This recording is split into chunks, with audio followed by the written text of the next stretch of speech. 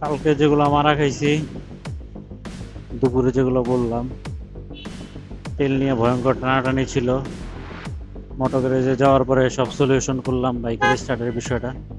সেলফের কন্ট্রাক্টর বা রিলে কিছু একটা বলে আর কি, ব্যাটারি থেকে যে সরাসরি কারেন্ট নেওয়ার অপশন আর কি, ওইটা নষ্ট হয়েছে অনেক আগে। 2023 সালে যখন আমার হাত ভাঙছিল অ্যাক্সিডেন্ট করে, ওই এটা সুন্দর চাবের রিংটা দেখা যেতেছে কিনা যায় না, সাইডে সত্য।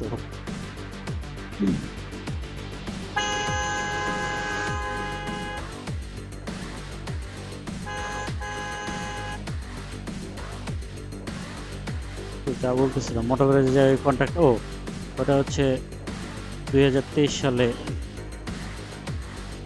আমার যখন হাত ভাঙছে তখন ওটা সমস্যা হয়েছিল, সেলফের কন্ট্রাক্টর। স্বাভাবিক, বাইকের বয়স হয়েছে, 1,34,000 কিলো চলছে।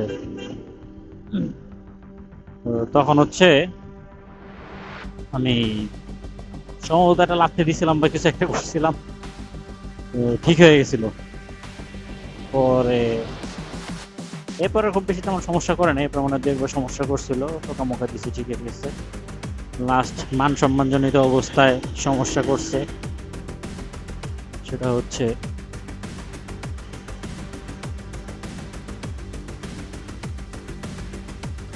ঈদের দিন।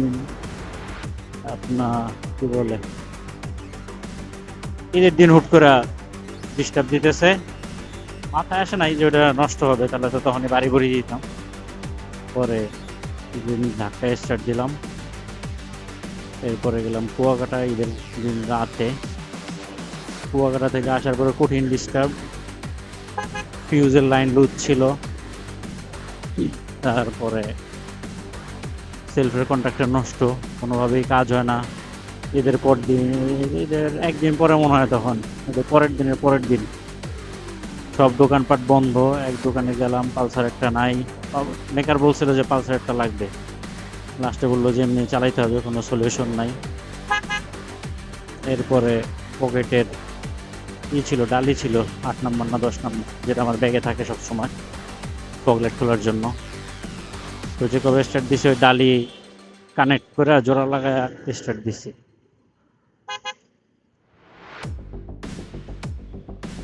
তো পরে ওই দিনই আবার ঠিক হয়ে গেছে, এরপরে আর ডিস্টার্ব দেয় নাই। মাঝখানে একবার ডিস্টার্ব দিছে,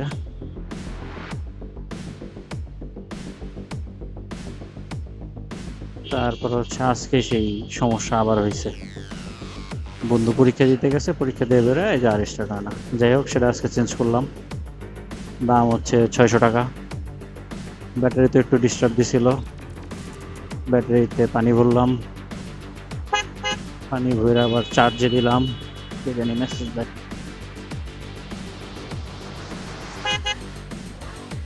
এরপরে বন্ধুর বাইকে লাইট লাগাইলাম, মোটো কেয়ার Z1 Pro প্লাস বা কিছু একটা, সামথিং। আমার অনেক মোটো কেয়ার লাইট আমার লাগানোর ইচ্ছা ছিল, বাজেট ইস্যু, পরে লাগাবো, লাগাইলে হয়তো ওই যে মডিফাই করে ইন্ডিকেটরের ভিতরে লাগাবো। ওর ওটা লাগায় টাকায় দিয়া গিয়েছিলাম হচ্ছে কলাপাতা রেস্টুরেন্টে মারা খাইতে। যা যা নিছি সব কিছুই জঘন্য ছিল। বোয়াল মাছ নিয়েছিলাম, স্বাদের বোয়াল মাছ, ভয়ঙ্কর রকমের জঘন্য ছিল।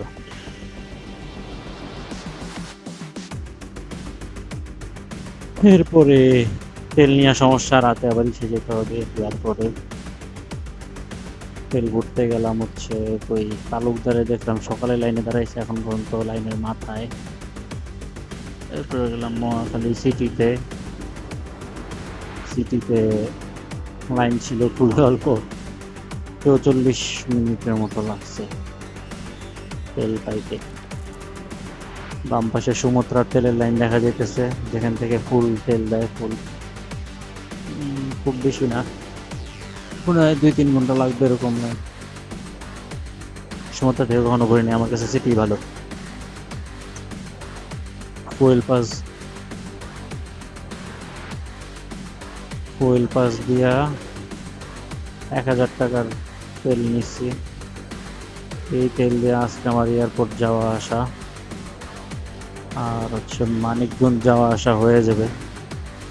এখন যেতেছি আমার অফিস কলিগের জন্য বাইক দেখতে, হিরো থ্রিলার মিরপুর পল্লবীতে। মনে হইতেছে বাইকটা পছন্দ হবে, যাই দেখি কি অবস্থায় আছে। বাইক দেখার সময় পেলে কলিগ আবার কাঁকড়া বোনা করে রাখছে আমার জন্য, কাঁকড়া বোনা খাইতে যাব, অথবা এয়ারপোর্ট সরাসরি চলে যেতে পারি আর কি। দেখা যাক কি হয়।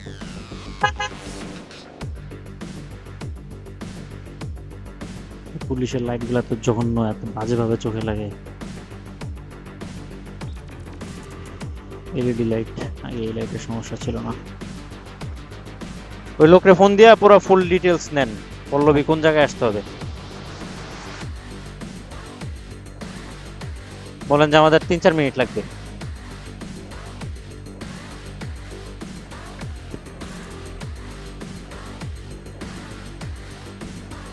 ভয়ঙ্কর পানির পিপাসা লাগছে।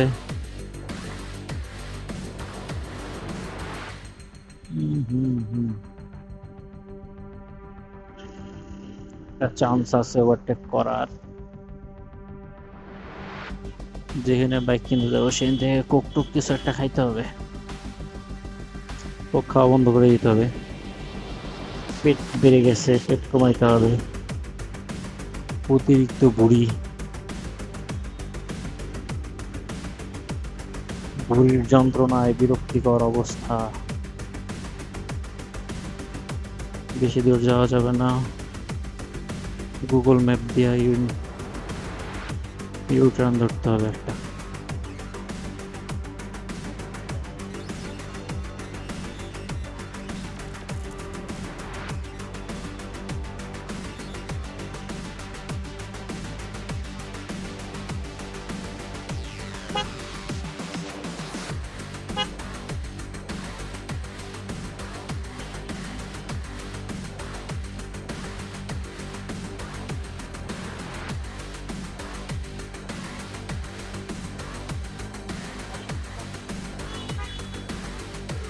পল্লবী শপিং সেন্টার আবার কোনটা?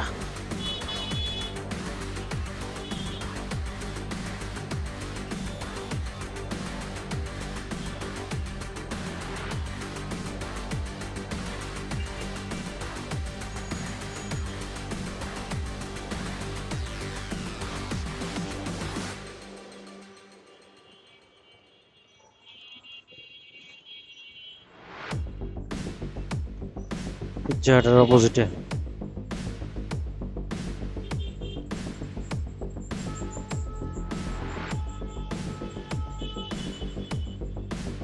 পিজ্জাটার অপোজিটে ম্যাপ দেখে যাইতে হবে। ভয়ঙ্কর জ্যাম, কেন জ্যাম তা জানি না।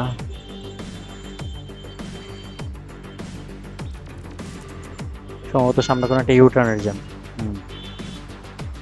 এই ইউটার্নের জ্যাম, যদি ঢুকে যাই।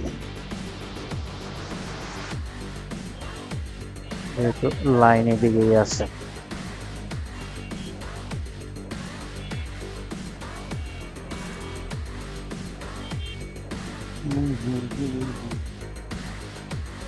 গিট্টু লাইগা বইসা আছে।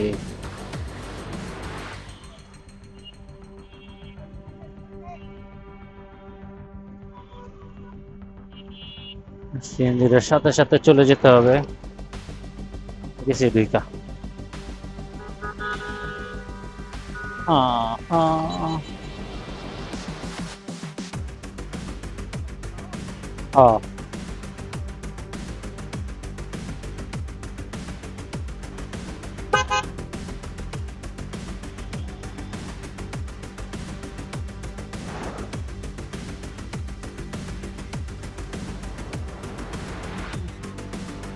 হ্যাঁ, 2-3 মিনিট লাগবে সম্ভবত। আমার এমনি গুগল ম্যাপের থেকে টাইম সবসময় কম লাগে। জাপান ক্যাফে দেখলাম।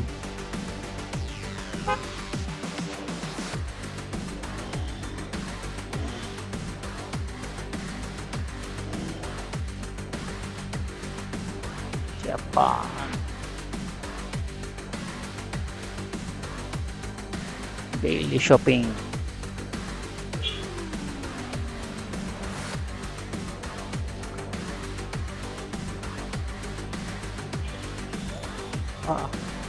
ব্যাপক আখের রস বেচে দেখা যেতেছে।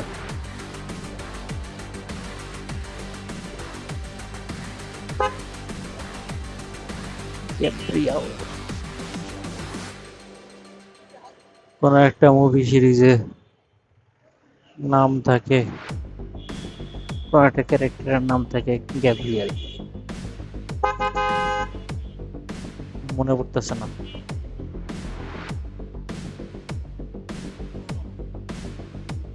ট্রাক মামা না।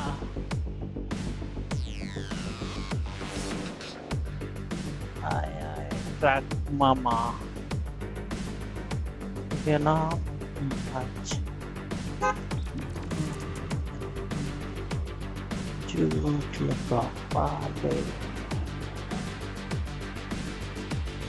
সেটার সামনে থেকে ইউটার্ন নিয়ে আসতে হবে।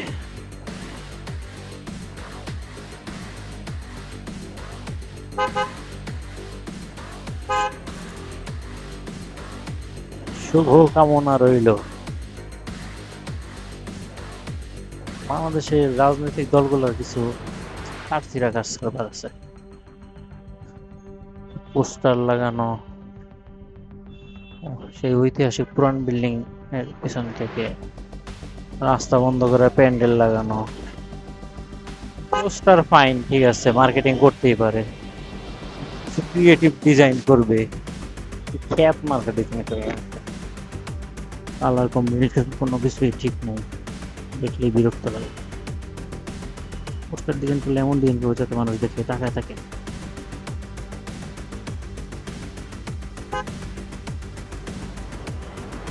কোনো একটা এই তো সেতারা বাম পাশে একটা লাইটস বই ছিল, বইয়ের লাইব্রেরি, বুক প্যালেস। সেই বুক প্যালেস থেকে আমার জীবনের প্রথম আমি বই কিনা পড়ছি, এবং সেই শুরুর দিকের কোনো একটা বই 2011 সালের পড়া, এখন প্রায় 15 বছর, 2-3 বছর সম্ভবত বইটা মনে ছিল।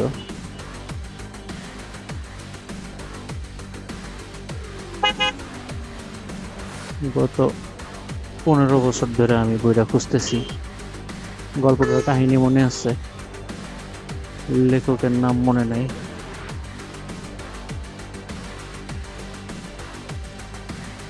ফোন দিয়ে বলেন বনফুলের সামনে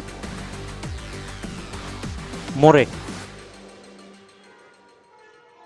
বইটা আর খুঁজে পাই নাই।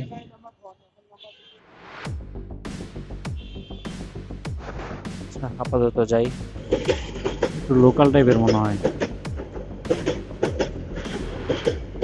এবার ছেড়ে দিবে, ট্রেনে লাগাই দিব নাকি।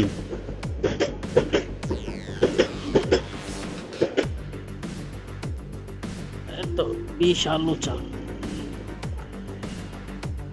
বাপরে বাপ। ওহ,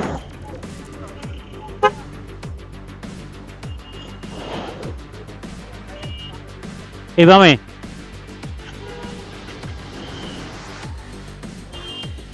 রাস্তা ভালো।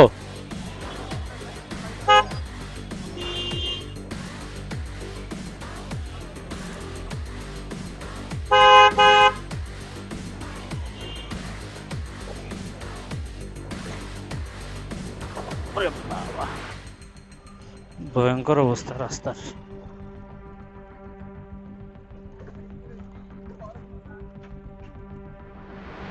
আকাম ঘুরছে একটা।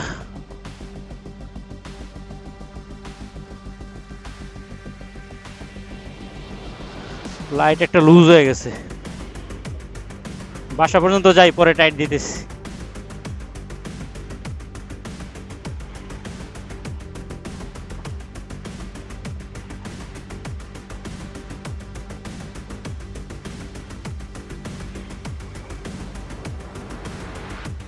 डाइने ओके ठीक है।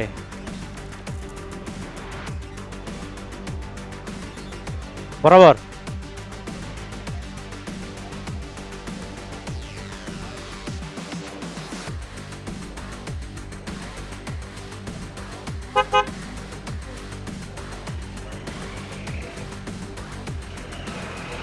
গুলি গুলি চাচাকে নিয়ে যায় প্যাকেট করা।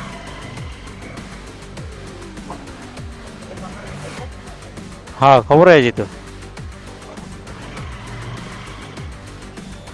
সোজা। ডগ স্কোয়াড বসে আছে, স্কোয়াড সাইড দাও।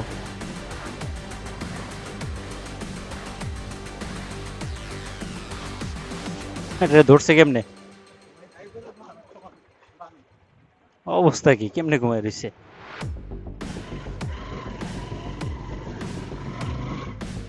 Another dog squad. সারা বাংলাদেশে কুত্তা দিয়ে ভরে গেছে।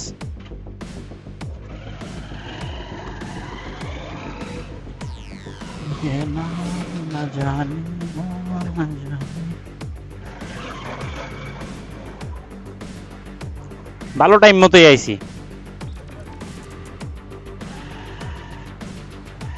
বাজে 11টা, 20-25 মিনিটের ভিতরে বের হয়ে যাবো।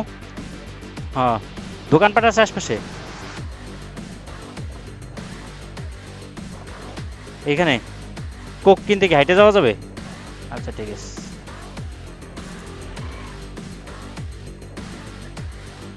চাপায় রাখি একটু।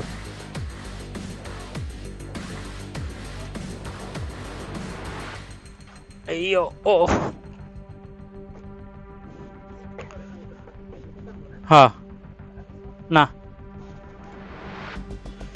এইও,